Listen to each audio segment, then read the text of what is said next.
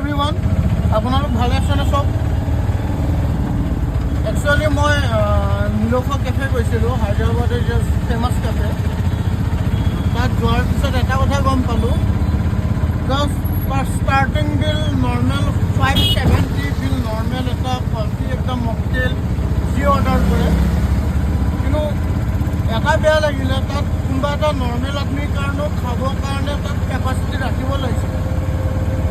কিন্তু তাত এনেকুৱা কৰিলে, তাত নৰ্মেল আদমিৰ কাৰণে একো বস্তুৱে ৰখা নাই, চব এক্সপেঞ্চিভ ৰাখিছে, চব হাই ৰেঞ্জত ৰাখিছে। কিন্তু চব ৰাখিব লাগে, মানুহে যেন চব চিটুৱেশ্যন A to Z খাই আহিব পাৰে, যেন एक्सपीरियंस কৰিব পাৰে।